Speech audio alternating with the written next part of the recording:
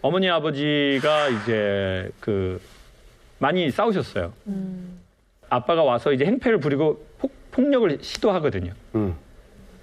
그럼 이제 얼른 나가라 그래요. 그럼 저는 얼른 나가죠. 도망가죠. 아유. 그리고는 이제 추워. 애가 너무 어려요. 그러면 이제 계속 어디 공사판 같은 데 가가지고 이렇게 앉아 있다고요. 여기 앉아 있으면 너무 추우니까 이제 집에 들어가려고 이렇게 돌아봐. 아버지 자나하고. 야. 근데 아버지가 안 자고 막, 내가 죽어야 되겠다고 막 머리를 막 신발장에 막 받고 있는 거예요. 어린 제가 그 장면을 보면서 뭐라고 생각이 든지 아세요? 저렇게 해선 안 죽는데라고 생각을 했어요. 왜? 아버지가 너무 미우니까. 맞아요. 아버지 신발 소리도 못 들어.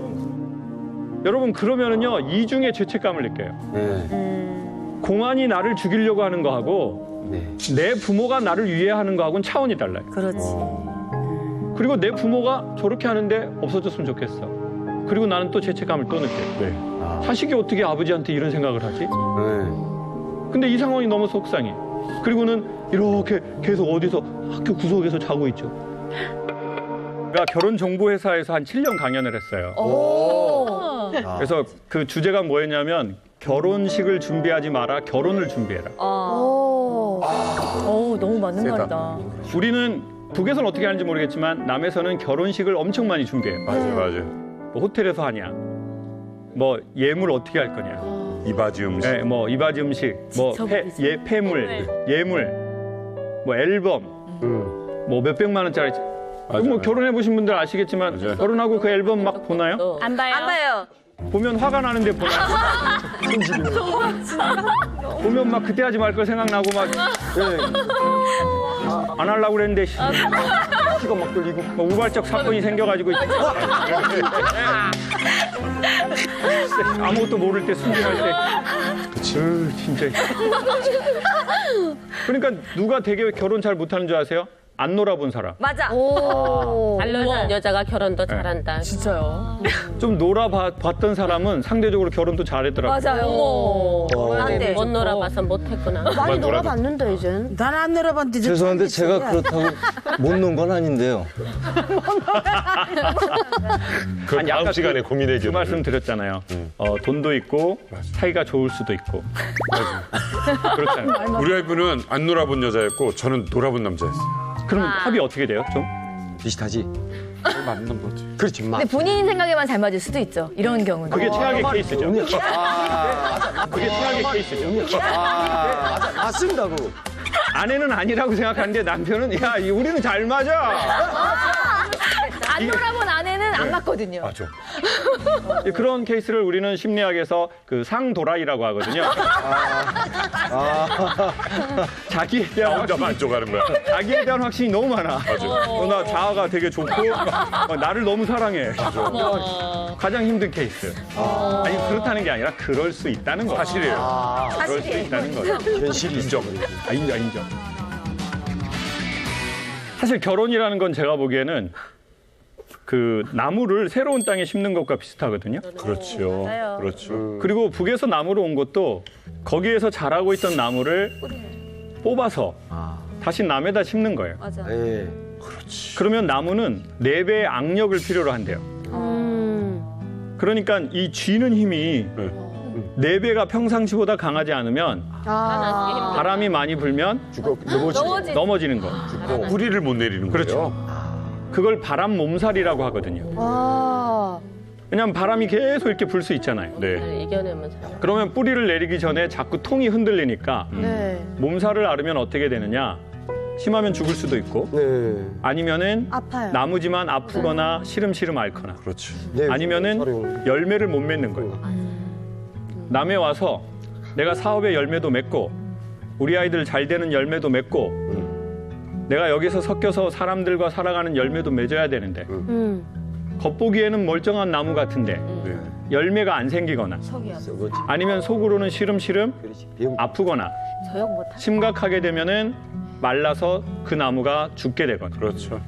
자 그러면 그 배우자나 우리가 살아가는 데 있어서 그 악력에 도움이 되는 배우자가 있어요. 나의 마음을 땅의 뿌리에 내리게 해주는 배우자가 있어요. 그게 바로 선생님입니다. 이게 바로 선생님. 간시가 이렇게 간시. 그만해. 아니야, 내 간식한 말 처음 듣는다. 아유. 진짜야. 진짜란데. 네, 자, 제가 어디까지 얘기했죠? 나무. 뿌리 내리는 나무. 중요하다. 네. 뿌리를 내려요. 자, 그런 뿌리를 내리는 것 중에 하나가 뭐냐? 지금은 이때는 특별히 뭘 줘야 되냐면 나무에도 어떤 시기에 나무에 이렇게 수액 같은 거를 박아놓은 게 있다고. 영양제. 링거처럼 맞아요. 네. 그 나무 뿌리에 뭔가 영양을 주고 그리고 또 하나 외부에서는 이게 좀 돌담이 있으면 좋아요. 맞아. 왜 그래야 바람을 막아주거든. 이제 여기서 내려와서 살면 더 바람이 많다는 걸 알아요. 위에 있을 때는 힘든 게 있었지만 이미 정해진 삶들의 틀이 있어요. 아. 그리고 나랑 또 비슷하게 살아. 네. 그러면 우리가 비교군이 없기 때문에 내가 뭐 이런가? 이거 잘 모를 수도 있어요. 그 기준이라는 게 있어야 야 이게 어느 정도야? 이걸 감을 잡을 거 아니에요. 그렇죠? 근데 기준이 없어. 다 비슷해. 그럼 다 우리도 살고 쟤도 저렇게 사는구나. 이러는데 갑자기 너무 탁월한 게 하나 딱 나왔어요. 그러면 야 우리가 이상한데 이거. 자 그러면 어떻게 되는 거예요? 그걸 알면 안 되니까 정보를 차단하는 거예요. 정보가 들어오면 야 우리랑 다른 삶이 있는데 그렇지. 야 그럼 이거 우리 뭐야? 이걸 알면 안 되잖아요. 네. 근데 모르면 비슷비슷하니까 그냥 살죠. 그냥 사는 거야. 북한이죠, 딱. 근데 여기 오면은 여기는 천차만별이라고. 네. 다 볼 수 있습니다. 뭐 자동차 하나가 집값 신차도 있고 네. 뭐 가방 하나 뭐 그런 좋은 거 있잖아요. 네네네. 한 달 월급을 들고 다니는 거야. 오, 멋있게 다니죠. 네, 그러면은 야 이거 뭐 야 내가 저런 거 살 수 있겠어? 야 근데 뭐 여기 아이들은 저런 거 들고 다니는구나. 어떻게 하는 것이 그 악력을 높여주는 그 말이 될까?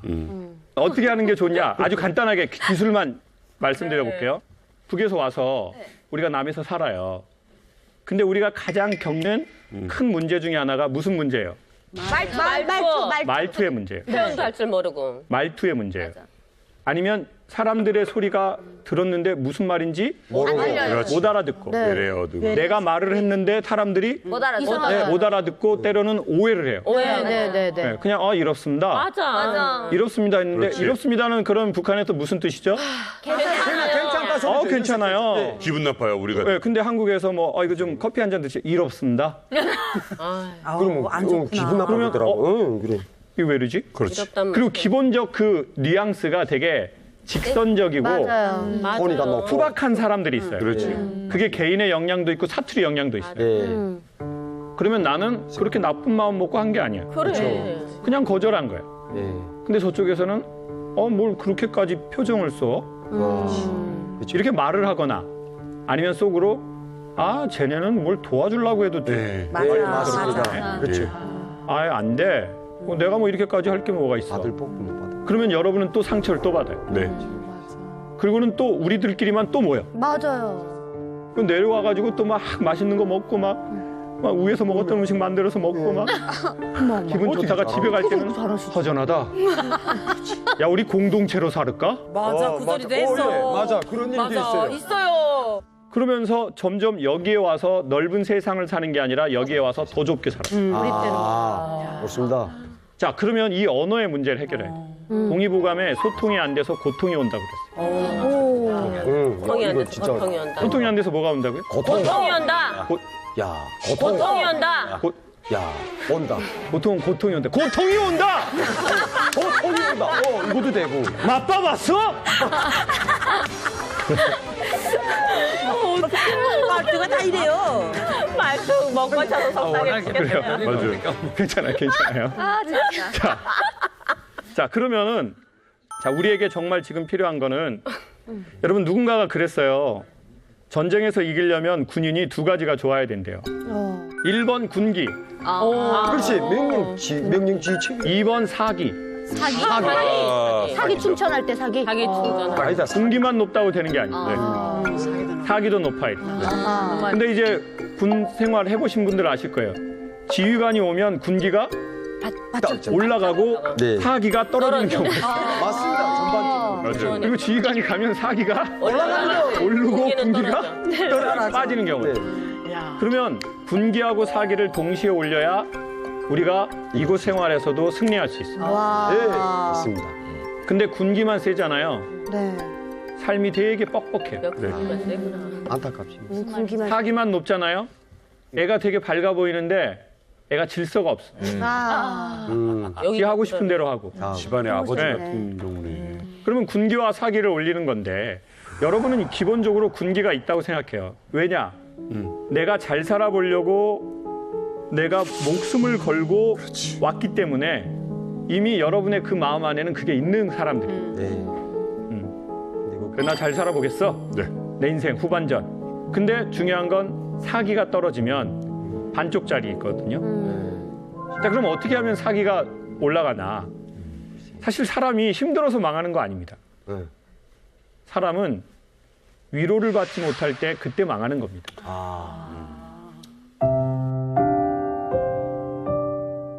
여러분, 우리가 이미 살아서 온 세월이 있기 때문에 아시겠지만 우리를 나무라고 생각했을 때 나무를 잘랐을 때 나무 태들 있잖아요. 네. 그건 언제냐면 다 우리가 힘든 시기를 견뎌낸 거예요. 운동도 힘들게 해야 자기께 돼요. 그러니 힘 안 들이고 힘 있는 사람이 될 수는 없어요. 없어요. 문제는 뭐냐? 힘만 들고 사기가 계속 떨어진다는 거예요. 그러면 어떻게 해야 사기를 높일 수 있냐? 그 간단한 것 중에 하나가 언어거든요. 말. 예를 들어 인간이 크게 두 번인데요. 평상시보다 칭찬받고 싶을 때 하고 위로받고 싶을 때의 그 사기의 효과가 되게 높거든요. 자, 예를 들어서 우리가 내려와서 취직을 했어요. 그때 아이가 부모에게 얘기를 해요. 아버지, 저 취직했습니다. 그럼 뭐라고 해야 아이의 사기가 올라갈까요? 고생했다. 고생했다는 사장이 부장한테 하는 거예요. 야, 고생했다. 그 정도도 너무 잘한 거야. 자, 잘했다는 말은 칭찬보다는 평가에 가깝대요. 아. 정말 멋지다. 정말 멋지다. 좋죠. 최고의 칭찬은 뭐냐면 긍정적 감탄이거든요. 우리 아빠는 희야 하던데. 그러니까 이야 이런 게 맞는 거죠. 항상 그랬어. 희야 이런 거. 이야. 우와 이런 아빠 거. 뭐 저 여기 내려와서 저 뭐 수족관에 취직했어요. 최종 면접 합격했어요. 이야. 그 감탄사를 느낄 때 어떻게 되냐면 내가 삶의 주체자가 돼요. 그리고 두 번째 그 칭찬해준 사람 나랑 감성이 연결돼요. 유대감이 생겨요. 무뚝뚝하게 하는 것보다. 네. 아, 나의 기쁨에 아버지가 놀라하는구나. 그러니까 아버지 저 이번에 시험 합격했습니다. 그러면 이야 이렇게만 해도 되죠. 네. 근데 보통 뭐 북에서는 어떻게 하는지 모르겠지만 여기 남에서는 그런 부모님들도 많아요. 아버지 공무원 시험 합격했습니다. 지금부터 시작이야. 우리 아빠네, 우리 아빠. 정신 똑바로 차려. 항상 겸손하라. 우리 아빠. 우리 아빠. 조용하라고. 아니, 오빠 열심히 하니까 되지. 앞으로 계속. 열심히 하니까 되지. 아빠 얘기가 틀려? 잠깐만, 진작할 수 있는 거 있어. 그걸 왜 지금 했어? 하고. 맞아. 야, 이거 맞다. 엄마가 가르치니까 되지. 맞다. 그래. 우리 희진 씨는 왜 갑자기 울어요? 아빠 생각나서. 아빠 생각나. 아빠가 축하해 주신 거 아니었어요? 네 아주. 고향에 계시. 아 저 혼자 같이. 저희 아빠는 거의 뭐 모르는 사람이 없었어요. 너무 유명해가지고. 그러니까 제가 경기할 때 다 엄마들이 오거든요. 근데 저는 엄마가 새엄마다 보니까 10년 동안 아빠가 경기하면 그냥 새벽부터 심지어 계란 삶은 거 고기 요리 다 해가지고 뭐 보양식 다 닦고 머리고 다 해가지고 아빠가 직접 다 새벽부터. 그래서 수영장 보면 관중 있잖아요. 거기서 저희 아빠가 막 제일 열심히 하고 좀 심판들이 다 이러고 쳐다보면서 아 희진이 아빠구나 이러고 가만히 있고 이래서 근데 진짜 7살부터 제가 진짜 해외를 나가기 전까지 진짜 매일 그랬어요. 아유. 제가 저 열심히 산 것도 있지만 아빠의 응원이 있어서 제가 항상 힘을 내서 살았던 것 같아요. 근데 한국에 와서도 나름 열심히 사느라고 하는데 누군가가 나를 칭찬해주는 사람이 없어요. 아빠가 진짜 우리 딸 멋있다 항상 해줬는데 집에 가면 그냥 저 혼자고 제가 열심히 살아도 그런 사람이 없으니까. 칭찬이라는 게 꼭 필요하네 진짜. 아 그래서 혼자 오셨군요. 전 아빠가 그 얘기를 해주셨다 그래서 아빠랑 가족이랑 같이 오네요. 죄송해요. 갑자기 그 생각이 나서 울컥했어.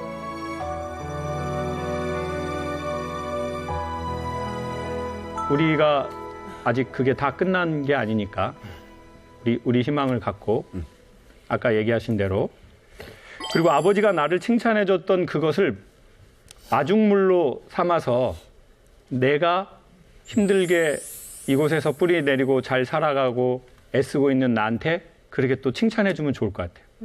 야 애썼다. 어쩌면 아버지가 너가 너를 그렇게 앞으로는 봐줘야 된다. 언젠간 아버지는 너보다 먼저 삶을 마감하게 돼 있다. 그러니 아버지가 너에게 준 사랑으로 네가 너 자신을 그리고 새로 생길 네 가족을 네 남편과 네 아이들을 그리고 네 주변 사람들을 아버지한테 받은 사랑으로 그렇게 해줘라.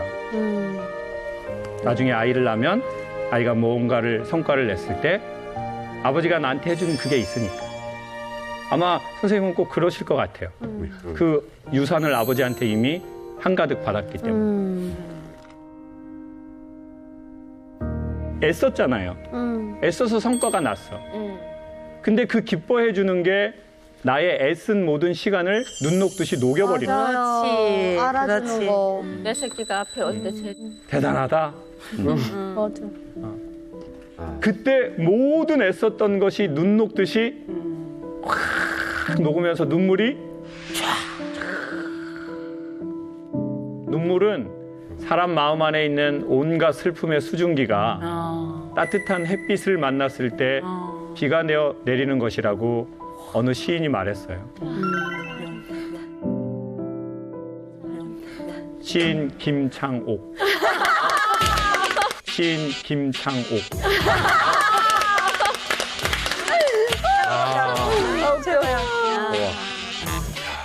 그래야 그 과정에서 쌓인 서러움, 외로움, 고군분투 예. 이런 것들이 녹는 거죠.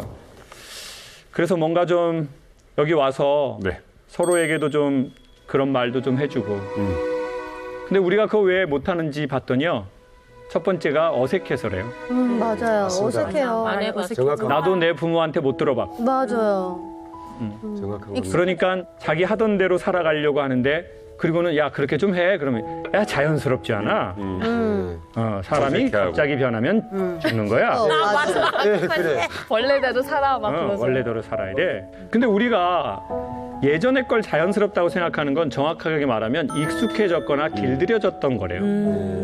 내 부모가 나한테 그렇게 했고 내 주위에서 다 그렇게 했고 그러니까 그걸 자연스럽다고 생각하는데 그건 자연스러운 게 아니라 익숙하거나 길들여졌다는 거죠. 네. 바꿔야 돼. 그러니 인위적으로 하는 게 자연스럽게 돌아가는 길이에요. 그러니까 여러분 어색하더라도 해야 되는 거. 그렇게 좀 해보는 거죠. 네. 아. 그렇게 하다 보면 다시. 괜찮은 언어가 이렇게 좀 자리를 잡힐 것 같아요.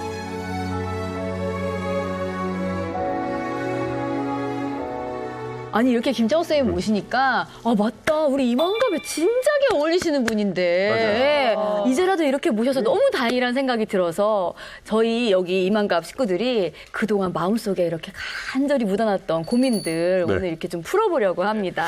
자, 제가 미리 좀 받아둔 고민 사연 이제 소개를 해드릴게요. 안녕하세요. 저는 한국에 산 지 8년 차 되는 탈북민입니다. 저는 어린 아들과 함께 목숨을 걸고 백두산을 넘어서 한국에 왔어요. 그 아들이 벌써 훌쩍 자라서 고등학생이 됐습니다. 한국 생활에 저보다 더 빠르게 적응한 아들을 볼 때마다 한국 오길 잘했다. 정말 뿌듯했죠. 그러던 어느 날 내가 왜 탈북을 했을까? 땅을 치고 후회를 하게 된 사건이 있었어요.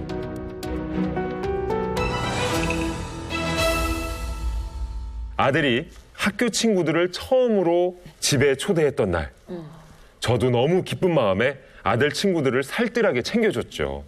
그런데 그날 밤 아들이 저한테 이러더군요. 아빠, 친구들이 아빠 말투 이상하대. 그나마 여기까진 참을 수 있었습니다. 이어지는 아들의 얘기가 제 마음에 비수를 꽂았습니다. 아빠, 내 친구들 오면 다음부터 아예 말을 하지를 말어. 아이고야. 다음부터 아예 말을 하지를 말어. 아이고야. 그리고 그냥 방에 들어가서 나오지도 마. 어떡해. 그 뒤로 아들 친구들이 놀러 온다고 하면 저는 어떻게 해야 할지 가슴이 답답합니다. 탈북민이라는 걸 창피해하는 아들. 저는 제 자식을 위해서 어떤 선택을 해야 하는 걸까요? 자, 이 주인공 누굽니까? 이 주인공 누굽니까? 접니다.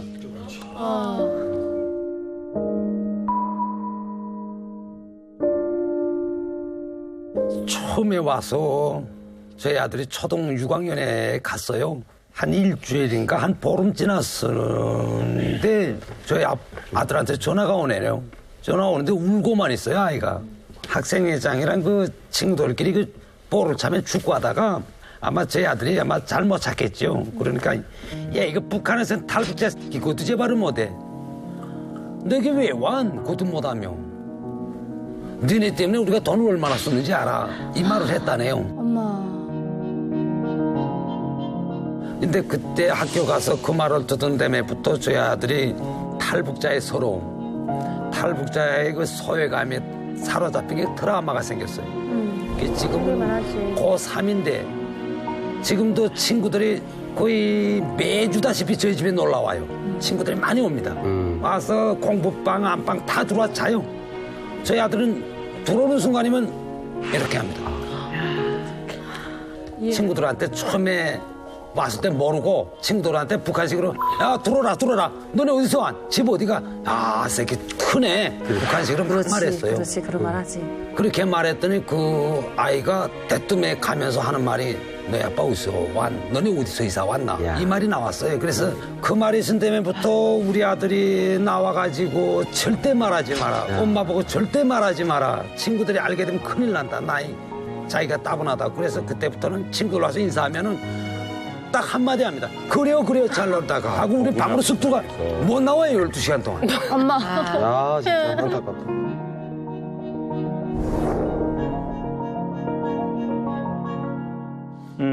근데 저는 일단 우리가 그래도 이제 좋은 거를 발견해서 문제를 해결하면 좋겠는데 그 첫 번째는 아들이 이곳 학교에서 아주 잘 적응을 했기 때문에 그 친구들이 그렇게 집에 와서 그렇지. 또 자고 또 뭐 먹고 그렇게 하려고 하는 것 같아요. 왜냐하면 여기 남에서 자란 아이도 자기 친구네 집에 그렇게 안 가는 아이들도 많아요. 그렇지. 그거는 이제 그 아드님이 인간관계를 워낙 잘했기 때문에 친구들이 지금 오는 거겠죠. 그리고 제가 보기에 지금 아드님이 북에서 와가지고 아빠를 창피하게 생각하고 뭐 북에서 온 걸 창피하게 생각하는 거라고 말씀하시지만 사실 그거는 제가 보기엔 탈북의 문제가 아니고요.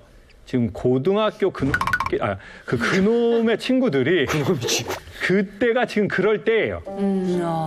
중학교, 고등학교 때가. 걔네가 지금 북에서 왔고 남에서 와서 그런 게 아니라 그거는 그 시기의 문제라는 거예요. 그러니까 너무 마음 아파할 필요 없어요.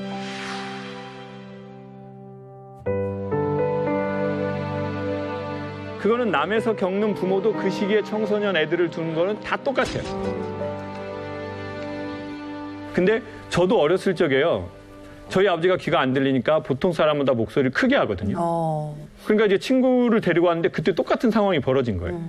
친구를 데려왔는데 친구가 안녕하세요 이랬는데 아버지가 귀가 안 들리니까 못 봤어요. 그럼 저는 이제 가만히 이렇게 있게 된 거죠. 그리고 저는 아버지가 목소리가 이상한지 몰랐어요.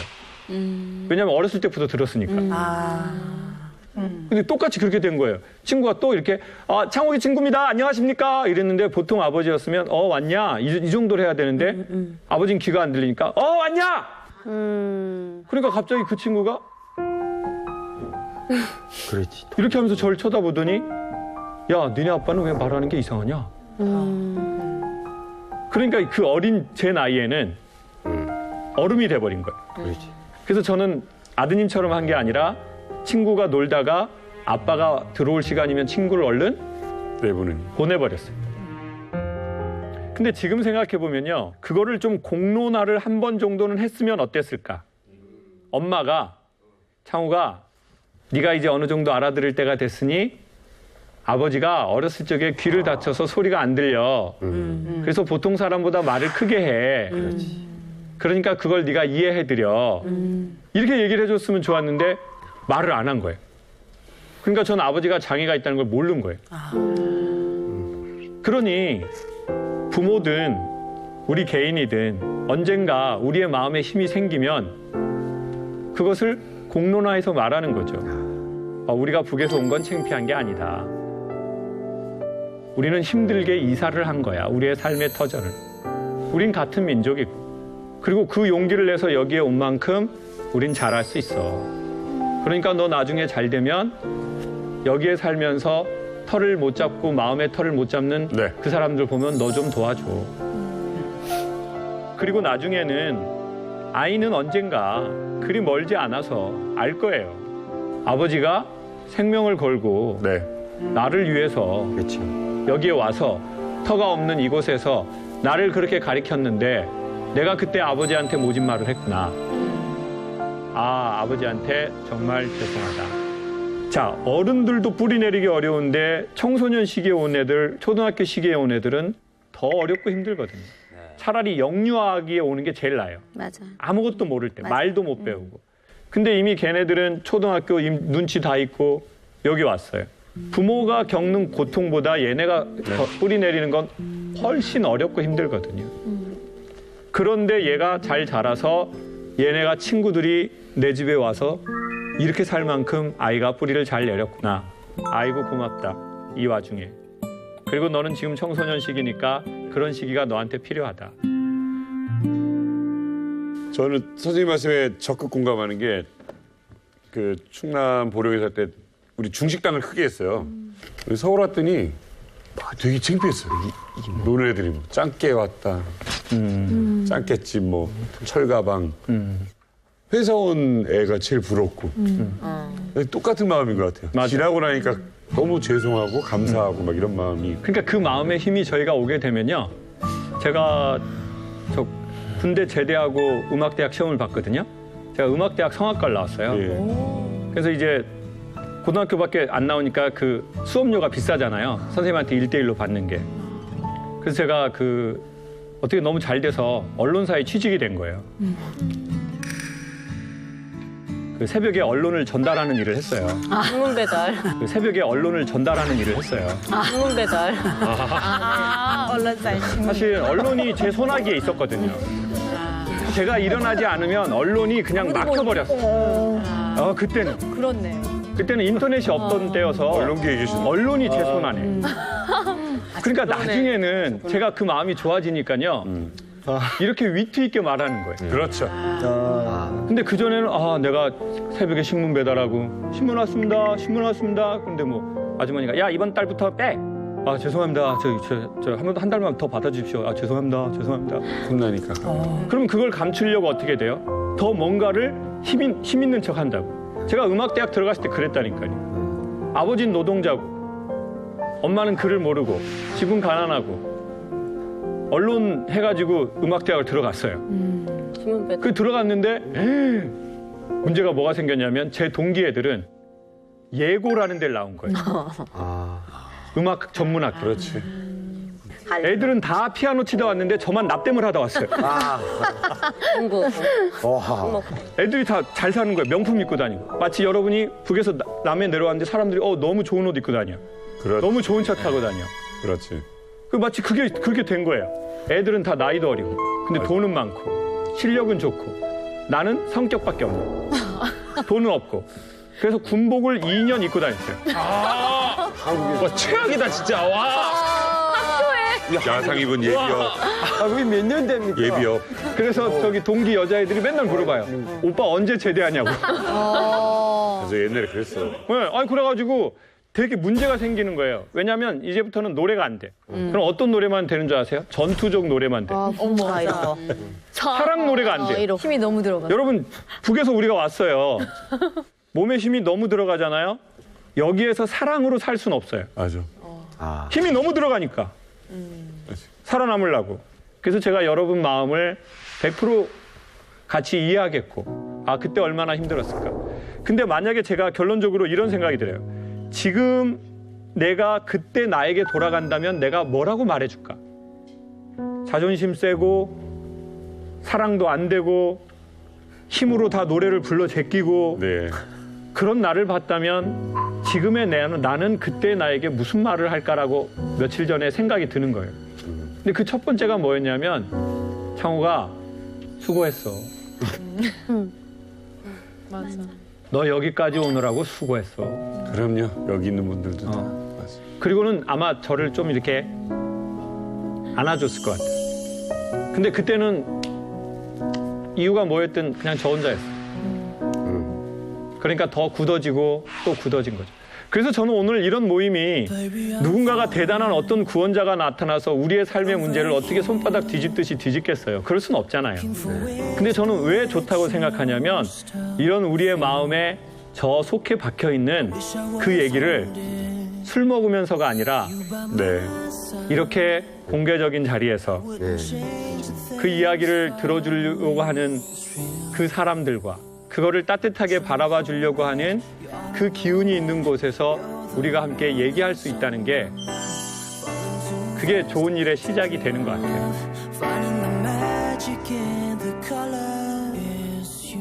다음 고민 한번 듣도록 하겠습니다.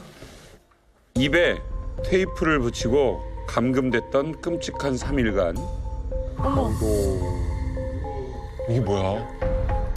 다음 고민 한번 듣도록 하겠습니다. 입에 테이프를 붙이고 감금됐던 끔찍한 3일간. 이게 뭐야? 이거 누구 이게 말씀이세요? 뭐야?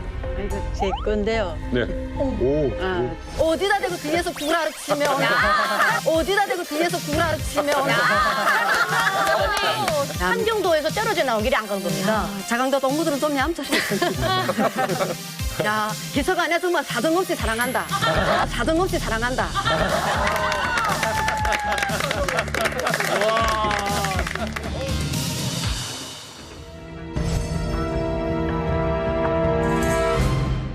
제가 이거 중국에서 중국 공안에 잡혀서 3일 동안에 중국 공안에서 제 입에다 테이프 붙이고 눈을 다 가리고 족쇄채고 이렇게 빈 방에다 가둬야 됐단 말이에요. 그러니까 새까만 데 가뒀는데 3일 동안 물 한 모금 밥 한 술 안 줬으니까 물을 안 줬다고요? 네, 물도 안 주고 밥도 안 주고 3일 동안 딱 가둬야했는데 그 테이프 붙였던 그게 있는데 너무 싫단 말입니다. 지금도 그렇게 앞에다 입에다 이렇게 뭘 가려도 싫은데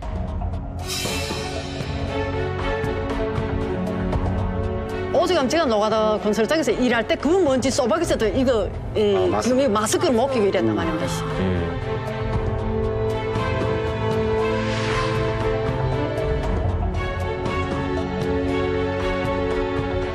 그런데 지금 막 익숙 안 되는데 지금 또 코로나 지금 터졌지 않습니까?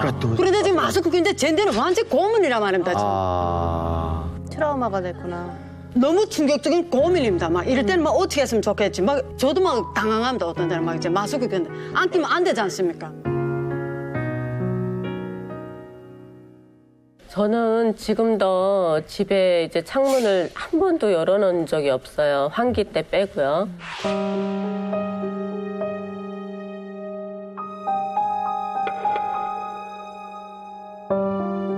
북한에서도 그랬지만, 그러니까 그 전쟁 연수 때문에 수도 없이 그 사이렌 소리가 울리고 저희가 방한공 훈련하고, 그러니까 그건 정말 별로 좋지 않은 소리에 심장 벌렁거리고 뛰어야 되고 그 시간 안에 들어가야 되고, 또 중국에 와서도 공안 그 사이렌 소리 울리고 막 그 개가 짖고 그러면은, 그러니까 어떤 집으로 들어가도 신발을 출입구에 벗어놓은 적이 없어요. 저는 무조건 신을 딱 들고 이제 반대로 나갈 문을 확보를 해놓고 창문에다가 항상 신발을 넣고 밤에라도 사이렌 소리 울리던가 개가 짖는 소리 들면은 바로 그냥 그 창문 넘어서 그냥 뛰는 거예요. 근데 이제 한국에 왔는데 사건 사고가 왜 이렇게 많은지 그냥 수도 때도 없이 사이렌 소리가 울려서 제가 그냥 나도 모르게 뛰쳐나갔어요.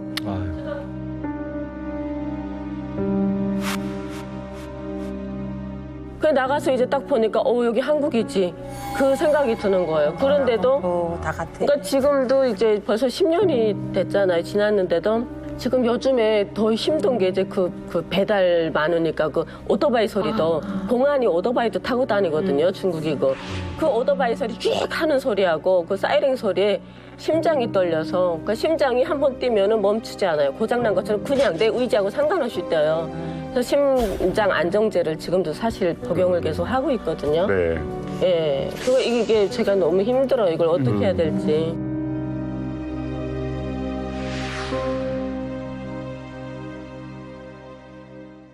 자, 트라우마에 관련된 이야기인 것 같아요. 너무나 힘든 이야기. 근데 이것도 역시 희망적인 얘기를 먼저 드리자면 그러니까 너무 심각하면 그것에 대해서 우리의 마음이 그 과거로 접속을 못 하거든요. 근데 지금 말한다는 건 그 과거에 그 일에 대해서 우리가 이렇게 직면하고 마주치기 때문에 말할 수 있는 거예요.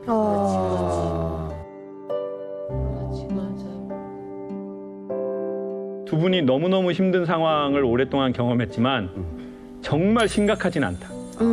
그게 정말 다행인 일이다. 그랬다면 아예 말을 못하고 그 생각만 해도 발작이 일어나요. 근데 이제 두 분은 지금 말하고 있는 거기 때문에 이미 힘이 있는 거다. 회수 안에 힘이. 그리고 두 번째는 그것은 역시 또 북한에 우리가 탈북하면서의 문제는 아니다. 우리가 무엇인가로부터 나오려고 할 때가 있어요. 여러분 남해 왔지만 야 내가 무언가에 또 그물에 걸린 새와 같네. 그리고 직장인도 그렇게 느껴요. 여기 남한에서 막 이렇게 직장 생활하고 막 우리 감독님들 다 직장 생활하는데 막 아침에 막 활기차게 출근할 것 같으세요? 막 일어나가지고 막 출근하자! 아, 막 감사합니다! 이만 가! 광고처럼. 이거 도라이도 잘라야 돼요. 이거 도라이도 잘라야 돼요. 네. 언젠가는 그런 스태프들이 문제를 꼭 일으켜, 프로에. 보통 그렇게 출근을 안 해요. 왜 그렇게 출근하는데? 아니, 그러니까 문제가 있다는 거예요. 그러니까 보통은 아무리 좋아도 이렇게 출근해요, 이렇게. 아, 로또나 되라. 최민용이지. 지겹다, 지겨워. 어디 제주도라도 한 달 살이라도 했으면 좋겠다. 아, 우리 부장님. 귀신은 뭐 하나 그런 거 안 잡아가지고. 자, 뭐에 대한 문제냐면 계속해서 우리가 탈북했기 때문에 이렇게 하면 우린 더 심각해져요. 맞아. 이거는 우리 인생의 문제지 탈북의 문제가 아니다. 네. 옳습니다. 그리고 남해 있는 사람도 느끼고 미국 사는 사람도 느끼고 부자도 가난한 자도 서로의 상황이 다를 뿐이지 느끼는 것이다. 이렇게 마음 먹을 때 우리가 조금 더 위축되는 게 이렇게 좀 자리를 잡는 게 있어요. 근데 자꾸 내가 탈북했기 때문에 내가 북에서 왔기 때문에 사람들이 자꾸 나한테 한국말 잘한다고 그러네. 엄마가 외국 사람이냐 아빠가 외국 사람이냐 묻네. 왜 자꾸 묻지? 여기다 한국인이라고 쓰고 다니까? 그러면 사람들이 또 이렇게 되고 그러면 그게 나중에 환청이 되고 환각이 되고. 그다음 또. 제가 어렸을 적에 어머니 아버지가 이제 많이 싸우셨어요. 그럼 일단 도망을 가야 돼요. 얼른 살아남아야 되니까. 좀 희한하게 그때 엄마는 아빠가 와서 이제 행패를 부리고 폭력을 시도하거든요. 그럼 이제 얼른 나가라고 그래요. 그럼 저는 얼른 나가죠. 도망가죠. 그리고는 이제 추워. 애가 너무 어려요. 애들이 추위를 많이 탈 거 아니에요. 그러면 이제 계속 어디 공사판 같은 데 가가지고 이렇게 앉아 있다고요. 어디 갈 데가 없으니까. 그럼 여기 앉아 있으면 너무 추우니까 이제 집에 들어가려고 이렇게 돌아봐. 아버지 전화하고. 근데 아버지가 안 자고 내가 죽어야 되겠다고 막 머리를 막 신발장에 막 박고 있는 거예요. 어린 제가 그 장면을 보면서 뭐라고 생각이 든지 아세요?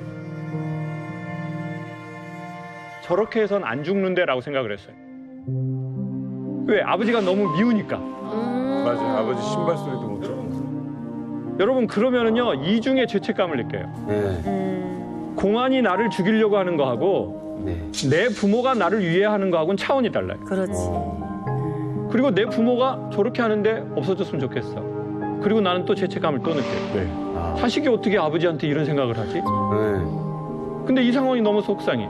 그리고는 이렇게 계속 어디서 학교 구석에서 자고 있죠. 그럼 이제 저희가 6남매인데 막내 누나가 이제 찾으러 오는 거예요. 김미자. 저하고 연년생이에요. 그럼 이제 엄마가 미자한테 야, 막둥이 빨리 찾아와. 너가 애비 자니까. 그럼 이제 그 누나가 이렇게 하고 있는 애를 막 어디 동네 돌아다니다 뻔하거든요. 어디서 자고 있을 때. 그럼 그 애한테 와가지고 뭐라고 해줘야 될까요? 무서웠지. 무서웠지. 그 마스크하고 인간이 죽을 때까지 경험해보지 못할 극한의 공포를 네. 그 경험한 나에게 누군가가 와서 괜찮아?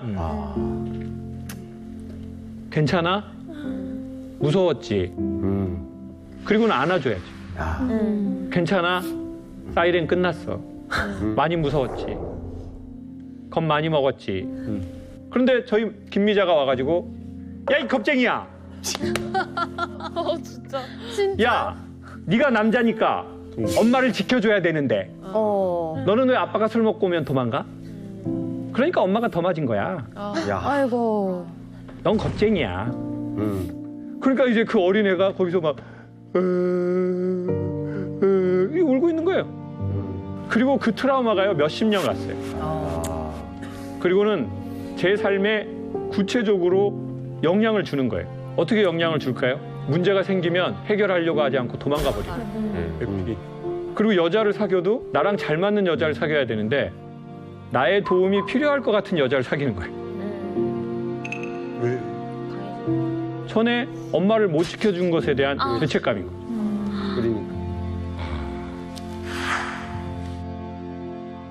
북한에 그런 놀이가 있는지 모르겠지만 남해는 얼음땡이라는 놀이가 있어요. 술래가 있고 친구들이 있는데 이 술래가 사람들을 잡으러 돌아다녀서 터치하면 죽는 거예요.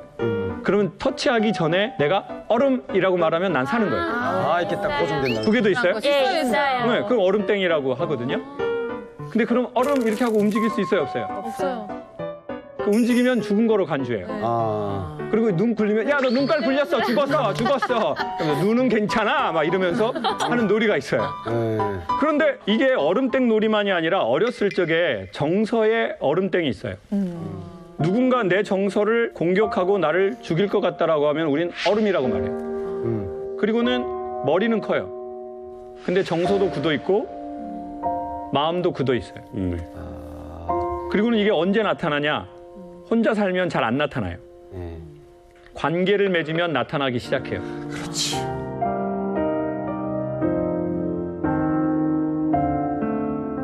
연애보다는 결혼하면 훨씬 잘 나타나요. 그래서 결혼이 힘든 이유는 내가 보고 싶어 하지 않는 나를 보게 되기 때문이라고 말했어요.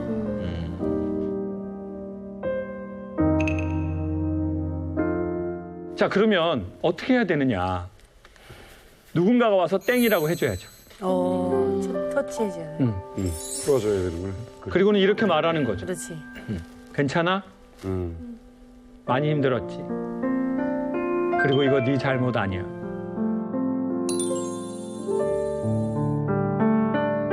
어려서 미국 영화를 봤어요. 미국 영화. 아이가 부엌에서 비싼 접시를 사고로 깨더라고요. 그러면 그 미국 엄마가 와서 아이에게 뭐라고 말하죠? Are you okay? Are you okay? 너 괜찮니? No problem. 걱정하지 마. And I love you. 그리고 마지막 긴 대사도 말하죠. 네가 이 사건을 통해서 우리에게 얼마나 소중한 아이라는 것을 잊어버리지 마라. 그걸 왜 영어로 안 하냐고요? 아니, 영어를 할게요. 영어가 그렇게 중요합니까, 선생님? 우리가 소통됐다는 게 중요한 거 아닌가요, 형님? 왜 화를 내세요? 트라우마라서 그래요.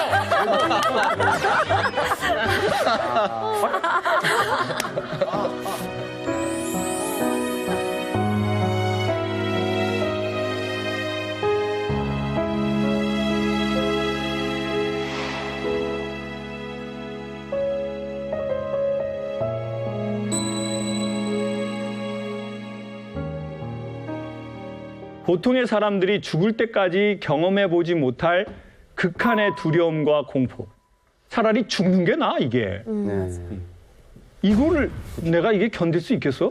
견디죠. 근데 그거를 겪었는데 우리가 그 얼어 있는 아이를 한 번은 찾아가 주자는 거예요. 그게 지금이 아니어도. 인간이 고통을 당했는데 그 고통을 위로해 주지 않으면 인간은 약해지고요. 그게 위로받잖아요. 그러면 인간은 4배가 강해진대요. 자기의 사연이 사랑을 만나면 소명이 돼요. 아, 내가 이렇게 힘들었는데 내가 이런 사랑을 만나서 좋아졌으니 나는 그런 사람들을 위해서 그렇게 살아야 되겠다. 왜냐하면 내가 너무 뼈저리게 아파봤으니까. 아, 맞지. 근데 그 사연이 사랑을 못 만나고 사연으로만 있으면 평생 자기 트라우마가 될 수밖에 없고 남들한테서 지켜야 하고 경계 서야 하고 보초 서야 하고 뭐 이런 문제가 되는 거예요. 그러면 계속 지키는 거예요. 경계 근무. 북에서도 군 생활해보면 아시겠지만 정말 힘든 것 중에 하나가 24시간 경계를 서는 거예요. 정말 힘들어요. 군무. 자, 그게 군에서만 그러는 게 아니라 마음에서도 계속 그러는 거예요. 자기 트라우마를 지키려고 계속 민감하게 보초를 서고 있는 거예요. 그러니까 얼마나 피곤해요. 네. 그러니까 얼마나 예민해져요. 그러니까 남들이 웃을 때 난 안 웃겨. 네. 그리고 남들이 웃으면 아, 나도 재밌다 웃는 게 아니라 좋겠다. 좋겠다. 네, 막. 팔자도 좋네. 야, 응? 맞아요. 부모 잘 만나서 나도 저렇게 됐으면 웃고 살았겠지. 그러니까 이런 느낌을 갖는데 누가 주변에서 좋아하겠어요. 그러니까. 자, 그래서 어떻게 하면 되냐. 자, 사람의 스트레스 물질은 근막에 붙어 있는 것 같아요. 근육을 둘러싸는 하얀 레깅스 같은 막이 있거든요. 사람의 몸에는. 그래서 하루에 15번 정도 안아주잖아요. 대부분의 정신질환이 녹는다고 외국에서 발표도 나왔어요. 아. 그래서 저는 부부 세미나에 가면 항상 서로를 마지막에 안아달라고 그래요. 그랬더니 남편분들이 우리가 부부인데 이게 좀 적절치 않은 것 같다. 우리가 이 부부인데 이게 아니, 나. 왜 이렇게 공감을 해? 아니, 나 너한테 자주 듣는 얘기잖아, 이거. 큰일 날 소리. 큰일 날 소리. 아, 죄송해요. 너무. 그래서 제가 그럼 어떻게 했으면 좋겠냐 했더니 그 경례는 가능하다. 그 경례는 가능하다. 그때 코로나도 아닌데. 거리두기. 언젠가는 도움이 되는 동작을 보여드릴게요. 사람의 스트레스 물질은 근막에 있기 때문에 지워지지 않은 스트레스는 이렇게 하는 건 자기의 지워지지 않는 기억을 자기가 안아주는 거하고 똑같은 행위래요. 이렇게 한번 해보실래요? 네. 그리고는 자기의 힘들었던 기억과 얼어버렸던 자기 자신에게 이렇게 말하는 거래요. 괜찮니? 그리고 괜찮아. 자, 한번 해볼게요. 괜찮니? 괜찮아. 괜찮니? 괜찮아. 자, 그때 괜찮지 않으면 인간이 눈물이 나요. 맞아요. 예. 근데 그 눈물 안에는 스트레스 물질이 있더래요. 아. 즉 몸에서 만든 스트레스 물질을 위로를 받을 때 물을 통해서 밖으로 빼내는 행위래요. 그러니까 인간이 참 영험한 존재죠. 선생님한테 질문이 있습니다.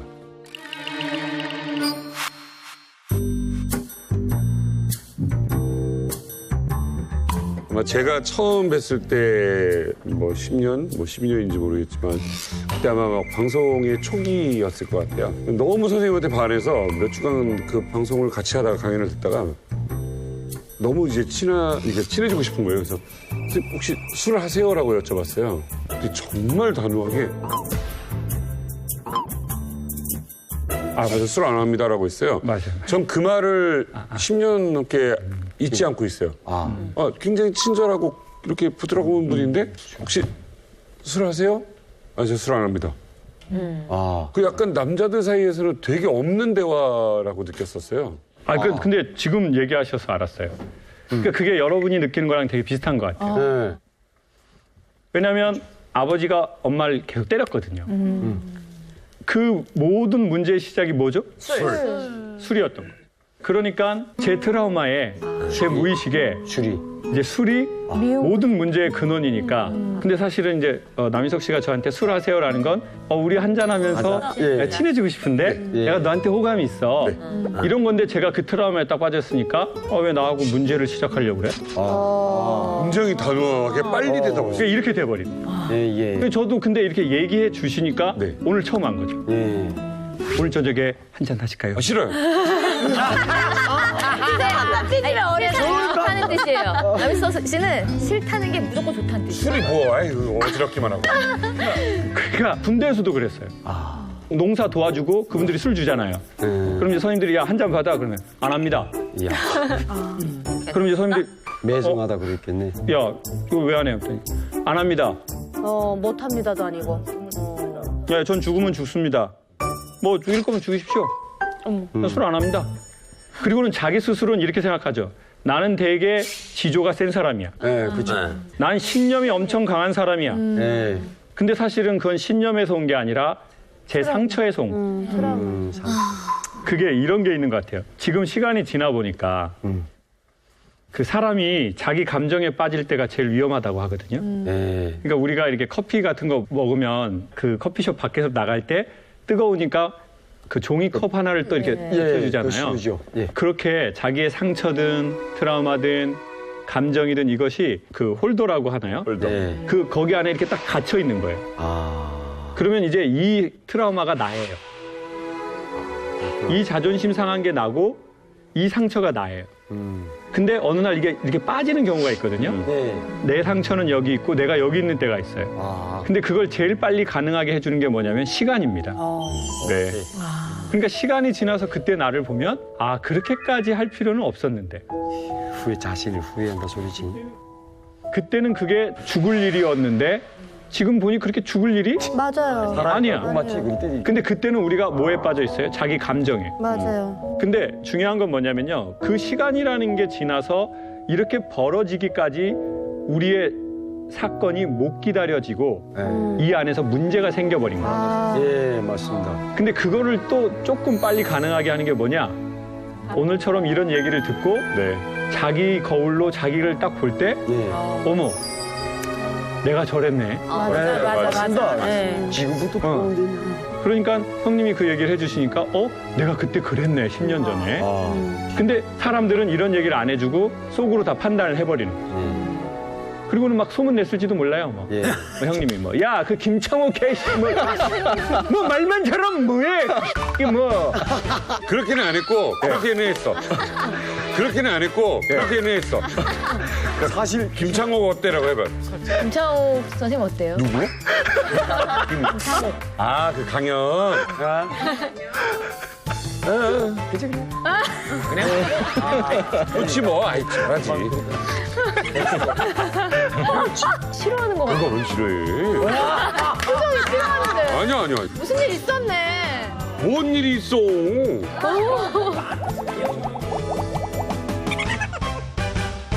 제가 이제 강연을 시작했던 이유는 뭐였냐면 제가 그런 열등감, 상처가 좀 많았던 것 같아요. 근데 되게 재밌는 건 그 열등감과 상처가 에너지가 되어서 나를 살게 한 게 있어요. 네.